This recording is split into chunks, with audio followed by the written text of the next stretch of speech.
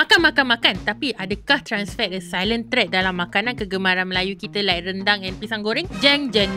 Food for thought. In case you tak tahu apa itu trans fat, ia merupakan a type of lemak yang natural occurring ataupun diperbuat through an industrial process. Most of the times, lemak ni semua boleh dijumpai dalam makanan yang telah digoreng and also processed food. Well, usah bimbang. Recently, Singapura telah dianugerahkan Trans Fatty Acid Elimination Validation Award. Big shout out kepada Kementerian Kesihatan dan Lembaga Penggalakan Kesihatan yang telah bekerjasama untuk kurangkan intake trans fat di kalangan rakyat kita sejak 2013. In fact, ada lagi 3 countries yang juga terima anugerah ini. Negara-negara itu adalah Australia, Norway dan Oman. Kirakan kita semua geng tak nak naik lemak lah ya. Well, sedap di lidah tapi bahaya di jantung. As a fellow orang muda, you rasa bagaimana kita boleh preserve makanan kegemaran kita sambil ensuring the food we consume is healthy?